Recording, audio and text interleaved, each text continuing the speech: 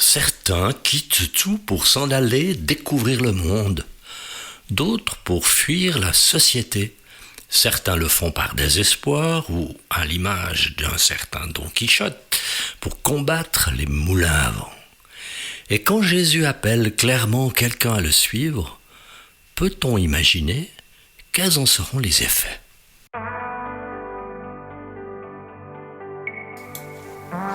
Bienvenue sur Allô la vie, le podcast qui te dit tout sur le Jésus de l'Évangile, cet Évangile qui bouleverse depuis 2000 ans des millions de vies, dont la mienne. Je m'appelle Mathieu M. Avec mes invités, je désire te communiquer l'espérance qu'ont fait naître en nous l'exemple extraordinaire de Jésus et sa passion sans limite pour les êtres humains. À toi qui rêves d'un port sûr où amarrer le bateau de ton existence, à toi qui rêves d'une nouvelle manière de vivre, ce podcast est pour toi. Réjouis-toi donc à l'écoute de Allô la vie, tout sur Jésus.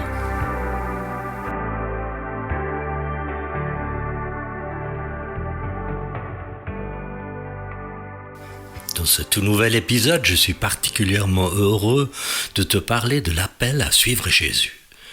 Non seulement parce que les événements dont parle Luc indiquent de manière limpide le choix qui en découle, mais en plus, les passages de l'Évangile dont il va être question sont ceux qui m'ont le plus interpellé quand j'étais un jeune adulte, à la recherche d'un vrai sens à ma vie. En effet, à leur écoute, toute ma vie, tous mes projets, toute mon orientation spirituelle, tout a été bouleversé.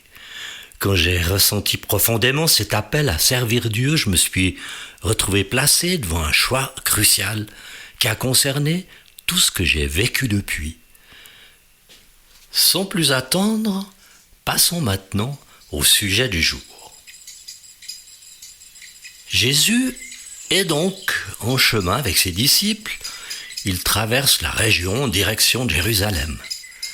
Ce jour-là, il ne se trouve pas très loin de la ville de Jéricho, arrêté quelque part dans une bourgade comme il y en attend sur leur trajet. Un groupe de personnes entoure Jésus. Ils se sont assemblés là, tout heureux de le voir enfin en chair et en os et de pouvoir l'écouter annoncer la bonne nouvelle. Puis, au vu de son allure et à la manière dont les gens s'écartent pour le laisser passer, l'homme qui s'approche doit être un membre important des élites religieuses. Il s'adresse à Jésus. « Bon maître, dit-il, que dois-je faire pour hériter de la vie éternelle ?» Jésus lui répond « Pourquoi m'appelles-tu bon ? Personne n'est bon, si ce n'est Dieu seul. Tu connais les commandements. Tu ne commettras pas l'adultère, tu ne commettras pas de meurtre, tu ne commettras pas de vol, tu ne porteras pas de faux témoignages, honore ton père et ta mère. J'ai respecté tous ces commandements dès ma jeunesse, dit-il. Après avoir entendu cela, Jésus lui dit, il te manque encore une chose, vends tout ce que tu as, distribue-le aux pauvres, et tu auras un trésor dans le ciel, puis viens et suis-moi.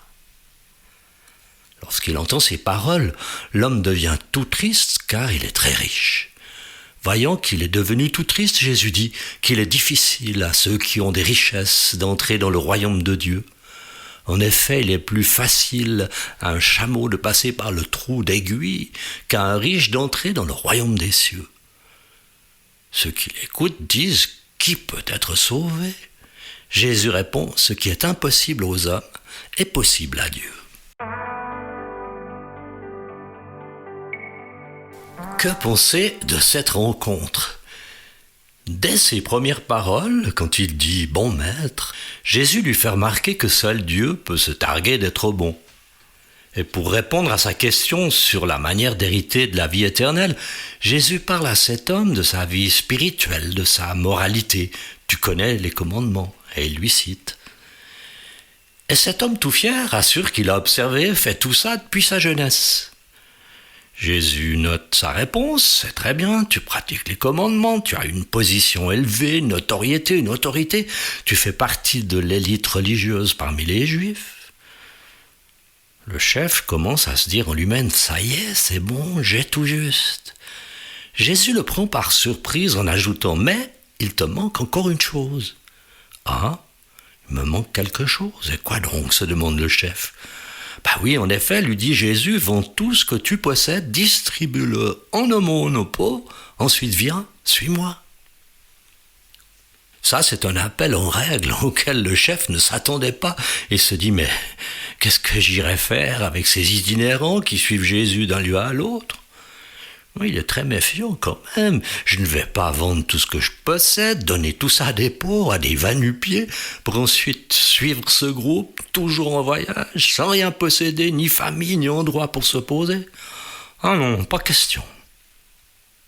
Tandis qu'il s'en va dans ses beaux vêtements, sur sa magnifique monture, une immense tristesse s'abat au fond de lui, parce qu'il a décidé de ne pas faire confiance à son appel, parce qu'il n'a pas compris le privilège que Jésus lui fait de l'appeler à le suivre, un privilège qui renferme beaucoup d'autres choses, et pas uniquement la promesse d'avoir un trésor dans le ciel. Il retourne donc vers ses propres intérêts terrestres qu'il n'a pas osé quitter pour s'occuper des intérêts du royaume de Dieu. Il ne connaîtra pas la joie de servir Dieu, il ne verra pas la puissance de Dieu agir au travers de lui pour le salut des gens perdus. Son passage sur la terre ne changera finalement rien au monde. Certes, il gardera sa vie abondante d'un point de vue humain, mais il restera très pauvre d'un point de vue spirituel. Il vivra en mettant toute sa confiance dans sa richesse terrestre, sa religiosité, puis il mourra, comme tous les autres êtres humains. Tout ce qu'il possédait ira à ses héritiers, s'il en a, toutes ses terres, ses troupeaux, ses commerces, ses maisons, tout partira. L'Évangile ne parle plus jamais de lui, car il a refusé son appel à tout quitter, à venir vers Jésus pour le suivre. Donc on aurait pu en rester là. Jésus voit cet homme repartir tout triste, les gens autour de lui ont suivi la conversation, ils lui demandent, mais lui, c'est un chef, il est grand dans sa religion, il était fidèle dans l'obéissance au commandement de sa loi, et même à lui, tu lui dis qu'il lui manque quelque chose pour hériter de la vie éternelle, mais qui donc peut être sauvé? Et ce à quoi Jésus répond que c'est impossible à l'être humain qui peut tout essayer pour y parvenir en vain. Mais il n'y a que Dieu qui peut le sauver, parce que rien ne lui est impossible.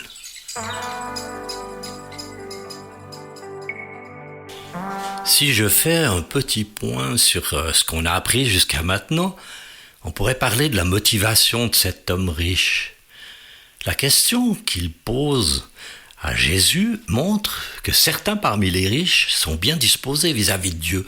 Ils ont aussi des questions existentielles, car leur grande richesse ne donne pas forcément du sens à leur vie, à leur mort ou à l'après-vie.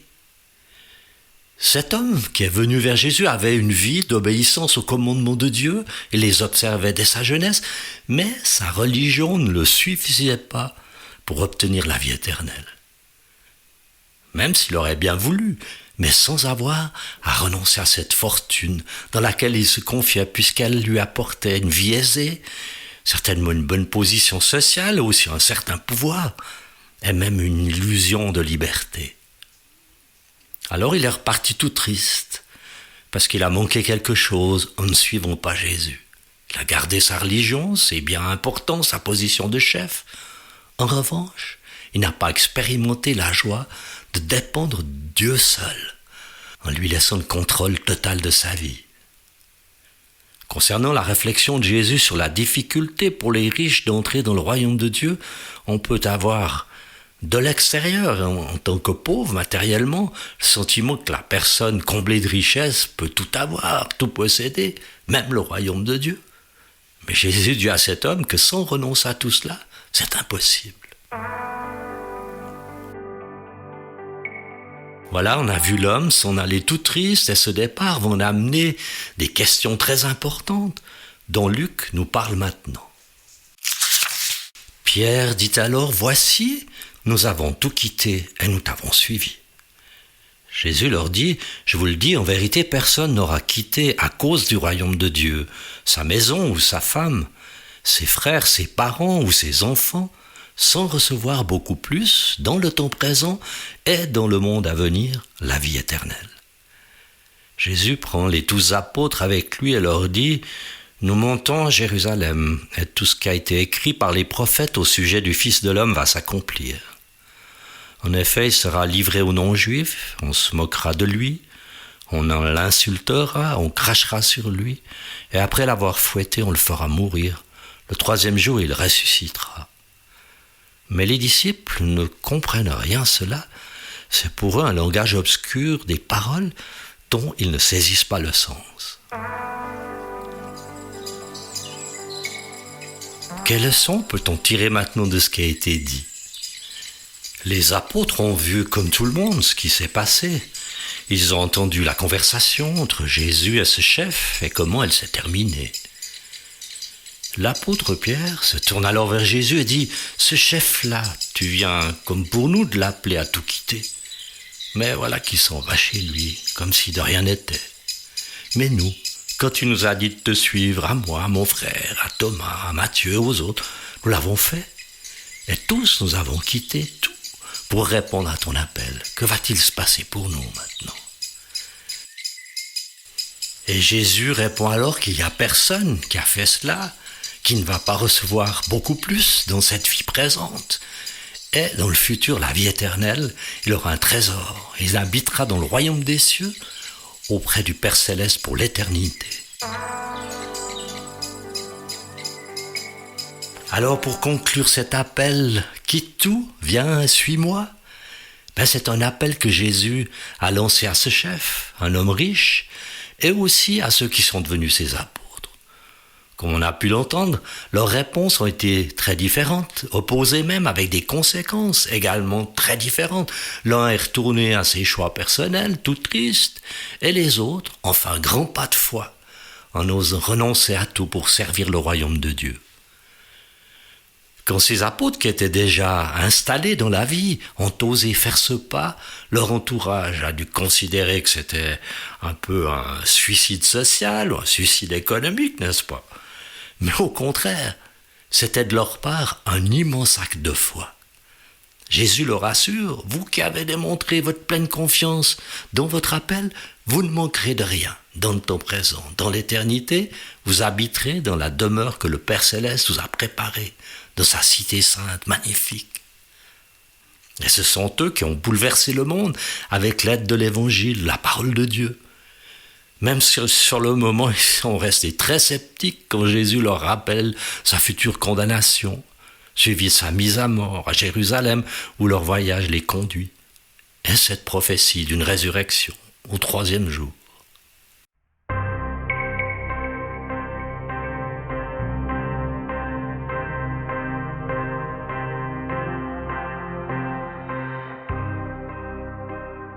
Et pour répondre à la question qui m'est souvent posée, est-ce que, après les apôtres directs de Jésus, d'autres ont aussi ressenti un appel et ont répondu ?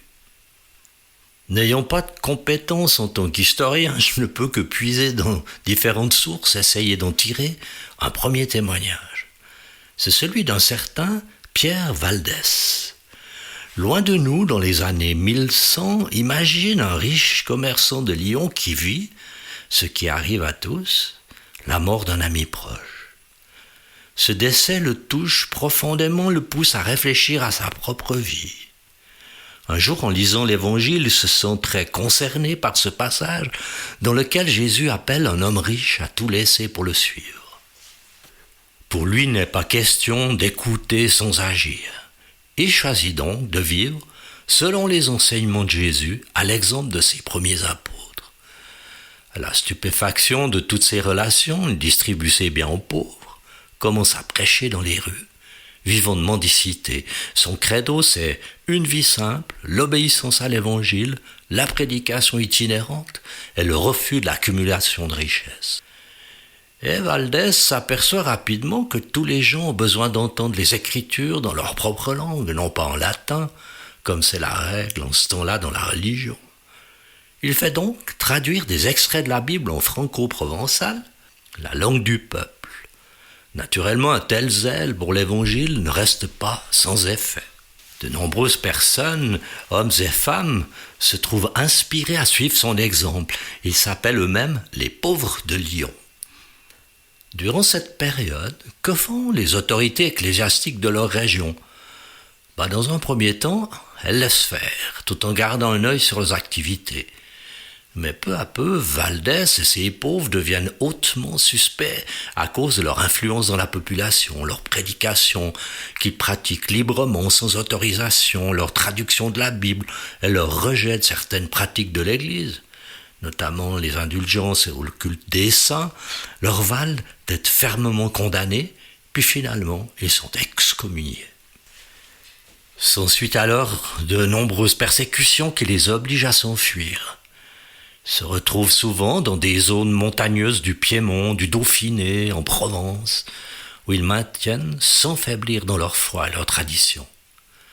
C'est ainsi qu'en partant de Lyon, leur exemple d'engagement total se répand un peu partout en Europe du Sud et inspirera les réformateurs dans les siècles suivants, également des ordres prônant la pauvreté, dont un certain François.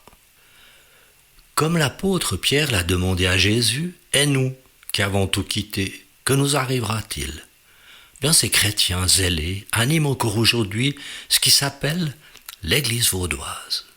Et pour plus d'informations, j'indique mes sources dans les références en dessous. Et ce qu'il faut dire aussi, c'est que la question à laquelle et l'homme riche et les apôtres ont dû répondre est celle-ci: est-ce que l'appel à suivre Jésus est un privilège ou un renoncement?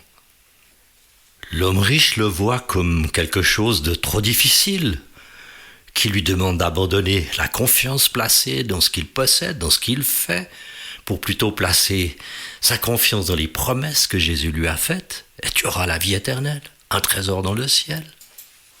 Ce qui fait qu'à cause de son refus, est née en lui cette profonde tristesse, avec laquelle il est reparti, riche ici-bas mais pauvre pour l'éternité, dominant les autres de sa position de chef mais esclave de ses biens, attaché à sa religiosité mais mort spirituellement. De leur côté, contrairement à lui, les apôtres considèrent que suivre Jésus, c'est un privilège et non une privation, un soulagement, non un poids, une libération et non une obligation, une joie et non une peine, un trésor dans le ciel et non une ruine en ce bas monde, une espérance céleste et non une frustration terrestre, une élévation spirituelle et non une déchéance humaine. Si tu demandes à Jésus ce qu'il attend de toi, il ne va pas te rajouter un nouveau poids, il va au contraire te débarrasser comme on décharge le chameau de ses marchandises qu'il porte sur son dos. Et lui qui a lancé cet appel, venez à moi, vous tous, qui êtes fatigués, chargés, et je vous donnerai du repos. Prenez mon joug sur vous, recevez mes instructions, car mon joug est doux, et mon fardeau léger. Car je suis doux et humble de cœur, et vous trouverez le repos pour vos âmes.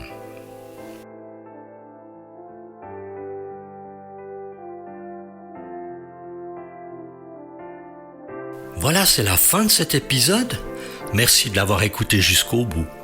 Tu peux t'abonner à l'émission, ce qui t'assure d'être informé à chaque nouvel épisode. Si tu ne l'as pas encore fait, c'est très simple. Dans les références au bas de la description du présent épisode, le lien du site web de l'émission est indiqué. Clique sur ce lien, ensuite sur s'abonner, renseigne ton adresse email et confirme-la quand cela te sera demandé. C'est tout. Je précise encore que c'est entièrement gratuit. Alors à bientôt sur Allô la vie, tout sur Jésus.